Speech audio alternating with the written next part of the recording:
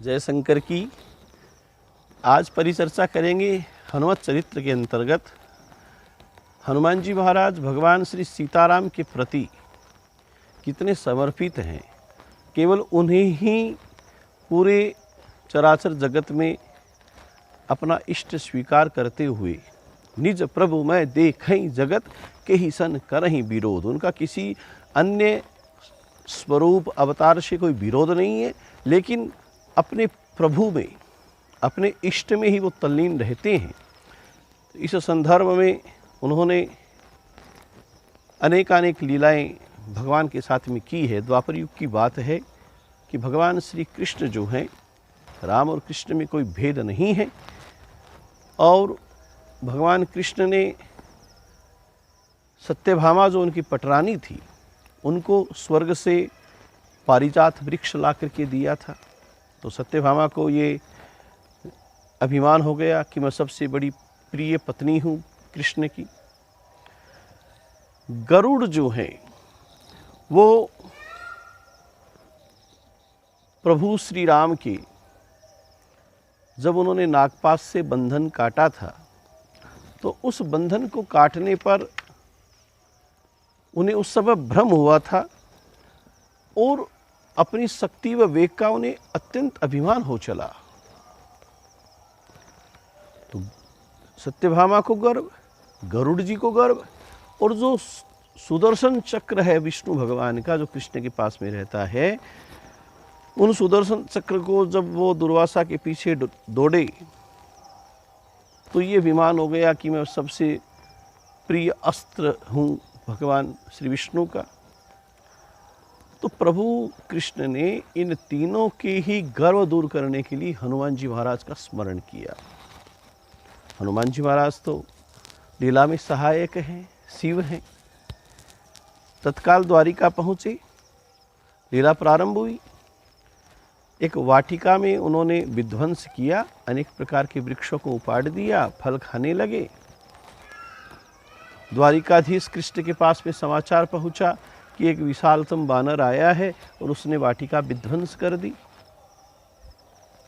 गरुड़ जी महाराज वहाँ पर बैठे थे। तो कृष्ण ने गरुड़ से कहा, तुम ऐसा करो, चले जाओ और साथ में सेना लेकर के जाओ और उस विशालतम बानर को लाओ, देखे तो सही कौन है। गरुड़ जी ने मन में विचार किया कि द्वारिकाधीश ये कह रहे हैं कि जाऊं और सेना लेकर के जाऊं। कोई बहुत बड़ा विशालतम मेरे से भी कोई बलिष्ठ थोड़ी आया होगा। और अहंकार के वशीभूत थे ही, गर्व उनको था ही। गरुड़ जी महाराज वाटिका में पहुँचे।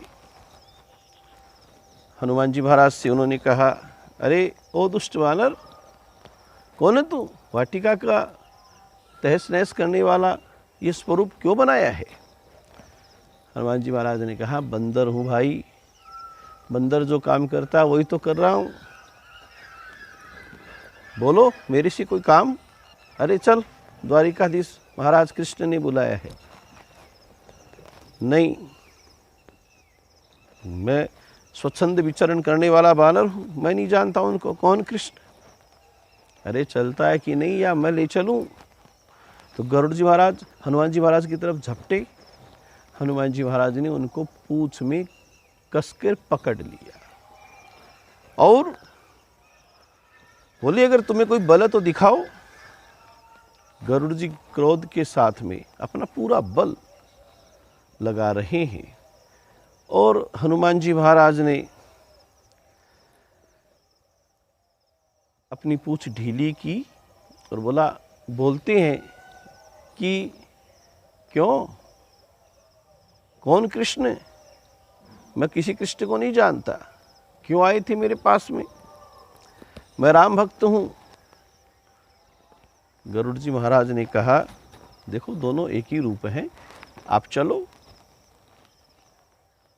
आपको मालूम है आप बानर हो, उच्छृंखल हो, लेकिन हे शांताकारं तुभ्यं नमामि, हे लक्ष्मीकांतं तुभ्यं नमामि।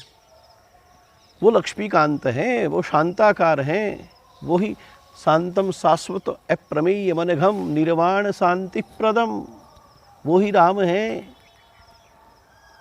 प्रणीत क्लेश नाशाय, क्लेश को हरण करने वाले कृष्ण हैं। समझा रहे हैं। हनुमान जी महाराज ने कहा, देख भैया, मैं सब ये नहीं जानता, राम भक्त हूँ, केवल भगवान राम को मैं जानता हूँ, आपको मैं यहाँ से स्वतंत्र करता हूँ, आप चले जाओ। गरुड़ जी महाराज ने फिर जोर जबरदस्ती की तो हनुमान जी महाराज ने पूंछ में लपेट कर और उनको समुद्र के किनारे फेंक दिया। डूबते डूबते बचे गरुड़ जी महाराज। बहुत बड़ी फपकी आई उनको और भीगे भीगे दौड़ कर करके द्वारिकाधीश के पास में पहुँचे। द्वारिकाधीश कृष्ण ने मायावी लीला के अंतर्गत कहा, समुद्र स्नान करके आए हो गरुड़? तो गरुड़ जी महाराज ने लजाते हुए कहा, प्रभु वानर बड़ा असाधारण था, उसने पूंछ में लपेटकर समुद्र के किनारे फेंक दिया, मूर्छित हो गया मैं वहाँ पर, जैसे तैसे करके आया हूँ। अरे वो राम भक्त हनुमान हैं, वो मलयागिरी पर चले गए हैं। अब तुम एक काम करो, उनके पास में जाओ और उनसे ये कहो कि प्रभु श्री राम बुला रहे हैं। गरुड़ जी पुनः पहुँचते हैं। इधर भगवान कृष्ण सत्यभामा को बोलते हैं कि तुम ये कहती हो कि वो सीता जो थी वो इतनी कोई बहुत बड़ी सुंदर थी क्या कि उनके प्रति आपकी राम के रूप में आसक्ति थी? तो तुम एक काम करो, मैं तुम्हें सीता का रूप बना करके बिठा लेता हूँ और तुम मेरे पास में बैठो। तथा सुदर्शन चक्र को बुलाया और बुला करके उन्हें ये कहा कि तुम द्वार पर बैठ जाओ और ध्यान रखना अंदर सभा में कोई प्रवेश न कर पाए। तो गरुड़ जी को हनुमान जी महाराज के पास में भेज दिया, सत्यभामा को सीता बना करके बिठा लिया, सुदर्शन चक्र को द्वारपाल बना करके बिठा रखा है। अब लीला आगे बढ़ती है। गरुड़ जी पर्वत पर पहुँचे, वहाँ जाकर के वो देखते हैं कि हनुमान जी महाराज ध्यानमग्न है। उन्हें अभिवादन करते हुए कहा कि भाई आपको प्रभु श्री राम बुला रहे हैं। हनुमान जी महाराज ने कहा, ठीक है आप चलो, मैं आता हूँ। गरुड़ जी ने पुनः अभिमान के वशीभूत होकर के मन में विचार किया कि मैं हूँ खेचर, आकाश में उड़ने वाला। हालांकि ये बलवान है, लेकिन मेरे से पहले थोड़ी पहुँच जाएंगे द्वारिका।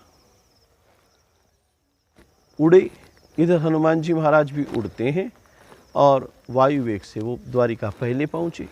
गरुड़ जी महाराज फिर पहुँचते हैं। वहाँ पर गरुड़ जी महाराज को ये स्वीकार करना पड़ा कि हनुमान जी प्रभु के अत्यंत निकटतम है। ज्ञानी नामा ग्रगण्यम सकल गुण निधानम वानराणामधीशम रघुपति प्रिय भक्तम वात जातम नमामि। गरुड़ जी का गर्व यहाँ पर दूर हुआ। अब अंदर पहुँचे तो वो सुदर्शन चक्र है, वो पहरेदार के रूप में। कहाँ जा रहे हो? अंदर जाने की आज्ञा नहीं है। उस सुदर्शन चक्र को अपने मुख में रख लिया हनुमान जी महाराज ने। अंदर पहुँचे, भगवान श्री कृष्ण को प्रणाम किया और माँ सीता के रूप में बैठी हुई जो सत्यभामा है उनकी तरफ इशारा करते हुए पूछते हैं, हे नाथ, माता कहाँ गई? ये किस दासी को यहाँ पर बिठा रखा है?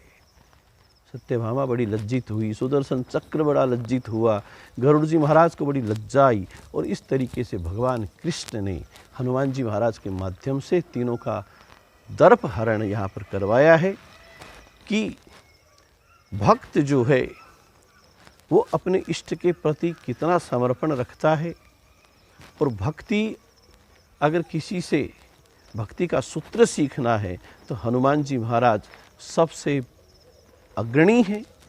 उनका नाम, उनका स्थान, उनकी शोभा सबसे आगे एक भक्त के रूप में अगर देखें तो दिखाई पड़ती है। जय शंकर की।